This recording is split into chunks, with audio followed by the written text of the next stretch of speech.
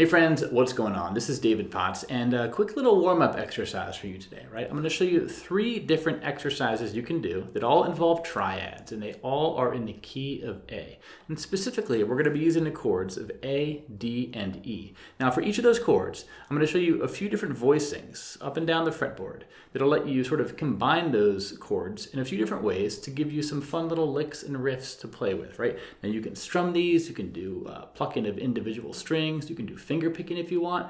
How you approach it is totally up to you, right? There's infinite ways you can remix these things, but basically the end result is a fun little batch of building blocks you can use to warm up. And you'll learn a few cool things about triads along the way. So notes and tabs for this can be found at playsongnotes.com. I also will have a link to this PDF if you want to learn outside of this video. It's a great way to really get down with this lesson and really get a handle of all this stuff. So let's get into this. I'm going to go through one exercise at a time, and by the end you'll be in good shape, right? So the first of these is going to be using, like I said, A, D, and E, like they all do, but this one's going to be up on the 9th fret and 12th fret, between these 3 frets basically. So the first of the 3 shapes we're going to use is basically this. It looks like the D shape, a D major chord down here, right? We're going to slide that up so it's 9, 10, 9. Okay, and if you just play those 3 notes, that is basically an A major triad. Okay, it's an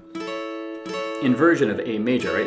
We have basically the same fingering we would use for a regular D major, but what I recommend doing, if you can, is basically barring those thinnest 3 strings with your index finger and then putting your middle finger down on the 10th fret. So you're going to have 9, 10, 9, right? Your index finger is barring those 3. This is a great little bar chord mini exercise. It sort of builds up those muscles without requiring you to bar all 6 strings. But that's going to be your A chord. Now the D chord is basically, all we're going to do is move our bar up 1 fret to the 10th fret. And we're going to put our middle finger down on the 3rd string instead of the 2nd. So here it's 9, 10, 9. Here it's 11, 10, 10. Okay? You see how efficient that change is? I'm just sliding that index finger up, and I'm moving this middle finger just 1 string upward, right, towards my face. And this is going to be a D triad, okay, from A to D. Now the third of these chords is going to be an E, and what you could do is basically slide that same D shape up 2 frets. But what we're going to do to mix it up here is instead we're going to put our index finger back down on the 9th fret, thinnest 3 strings, and we're going to bring in our pinky on the 12th fret of the thinnest string. Okay? This is an E triad. And this is basically, if you think of this E chord, right? 7, 9, 9, 9 on the 5th, 4th, 3rd, 2nd string. It's based on that shape, and what it's doing is it's taking those 2 notes and then adding this high E on the 12th fret of the thinnest string. So this is our E, this is our D, and that's our A. You want to get good at playing those shapes. Okay? And then the progression is going to look like this. We're going to go from on A for 4 counts. 1, 2, 3, 4, D, 2, 3, 4, E. Back to D, right? So it's sort of circular. A to D to E and back to D. So go at a pace you can manage for this. Just do a single strum or whatever to start with. And then you can sort of, get a little bit crazier if you want. I'll say one trick at this point I like to do is count to 4 for each of these chords. Strum it on the 1 count. And on the 3 count, silence the strings, right? So 1, 2, 3, 4, 1, 2, 3, 4, 1, 2, 3, 4, 1, 2, 3, 4, 1, 2, 3, 4, 1, 2, 3, 4, 1, 2, 3, 4, 1, 2, 3, 4, 1. That's a nice little trick because what it lets you do is when you silence the strings, you can actually relax your left hand, right? 1, 2, 3, 4, 1, 2, 3, 4, 1, 2, 3, 4. And I'm sort of exaggerating when I pull my hand off the fretboard, but what you can do just in a less dramatic sense is just release the pressure. And that's going to sort of give your muscles like a 1-second break. And that adds up, those little breaks can add a lot of sort of endurance to your to yourself there. Now, from there, the final little touch I would do is to use this pattern. We're basically going to go from third to second to third to first string, and then third to second to third. And that's going to sound like this. If we just stay on the A chord. So we're going to take that sequence and we're going to do it twice for each chord. And then we're going to go to the next chord and so on, right? It'll sound like this if you put it all together.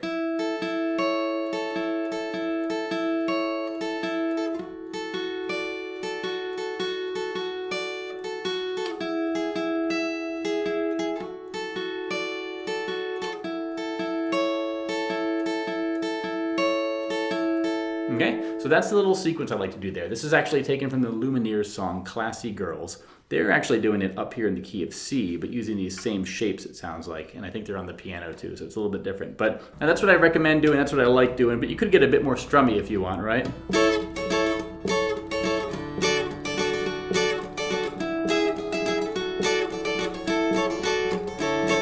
Right? Lots of fun you can have with just those shapes. Now let's look at this second of these sequences here. This one is going to start with the same starting A chord, right? But now for the next chord is going to be an E, and the E is going to be right here. It's going to be 9, 9, 7, and then we're going to go down to a D, 7, 7, 5, and then back to an E. Now, to play this E and D shape, basically you have two options. One is like I'm doing here with just fingertips, you know? Ring finger, pinky finger, index finger. Same deal here, and then you have to get back to this A.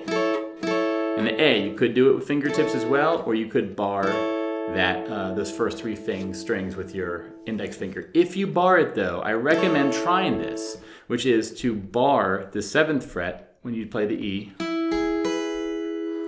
and then the 5th fret when you play the D. So you're barring the 2nd and 3rd string here, even though these two fingers are here. It's just, it adds minimal movement for your index finger. You're always barring the thinnest 3 strings. It's a lot sort of simpler, even though it's simpler in a sense. It's also harder in a sense. But here's what it sounds like when you put it all together, okay? Let's do the barring.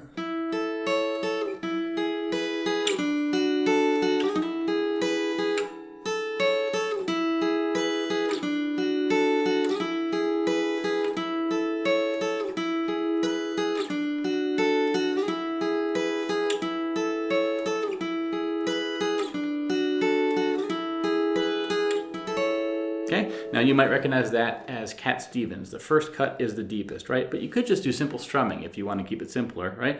1, 2, 3, 4, 1, 2, 3, 4, 1, 2, 3, 4, 1, 2, 3, 4, 1, 2, 3, 4, 1, 2, 3, 4, 1, 2, 3, 4, 1, 2, 3, 4, 1. Right? So no matter which of those you do, or again, you could mix it up and do something all inventive, right, or improvisational.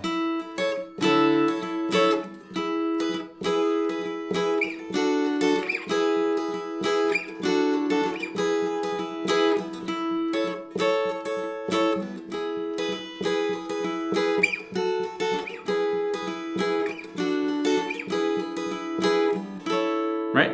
No wrong you can do. Just have fun with those 3 chord shapes, right? And the last of these little exercises I'll teach you is this one down here. We're going to start with this A, which is a similar shape to the D that we learned in the first exercise, right? The D up here, 11, 10, 10.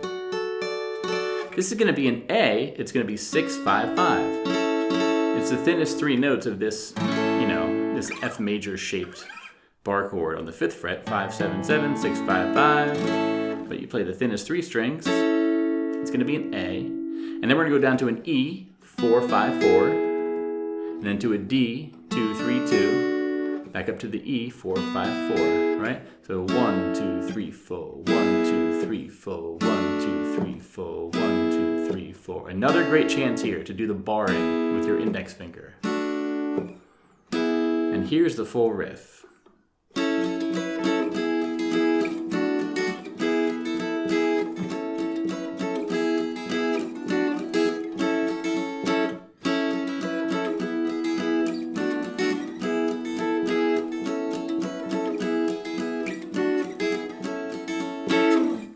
That's coming from Jack and Diane by John Mellencamp, right? So Nice little riff you can do there. And again, it's just A to E to D, back to E, and back to A. But I'm just showing you all these because it's fun ways to use these triads, right?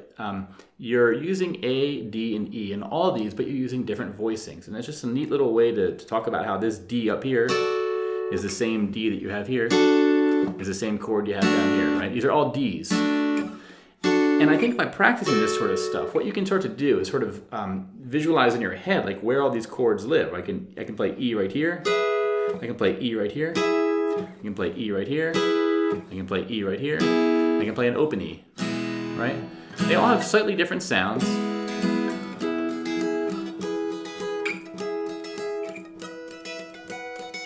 Yeah, I'm running out of fret. I need a cutaway guitar maybe one day. But anyway, it's all good fun. And again, when you're warming up, the important part, at least in my opinion, is to be able just to have fun. Just play around. Pick up some building blocks and put them together in ways that you haven't done before, or maybe you have done before and that are just fun and you can kind of get a new groove with. Because even 3 familiar chords, you can sort of mix them up in new ways. Try finger picking instead of using a pick. Strum them in a different way. Use a different time. Play it slow if you're used to playing fast, or vice versa, right? So anyway, that's going to be the warm-up exercise for today. Again, the notes and tabs are at playsongnotes.com. I hope you guys found this helpful, and thanks to all of you who are supporting me on Patreon and through the tip jar. It really is appreciated and means a lot. But I'm going to leave you here. Have a great night, my friends, and I'll see you around. Take care. Bye-bye.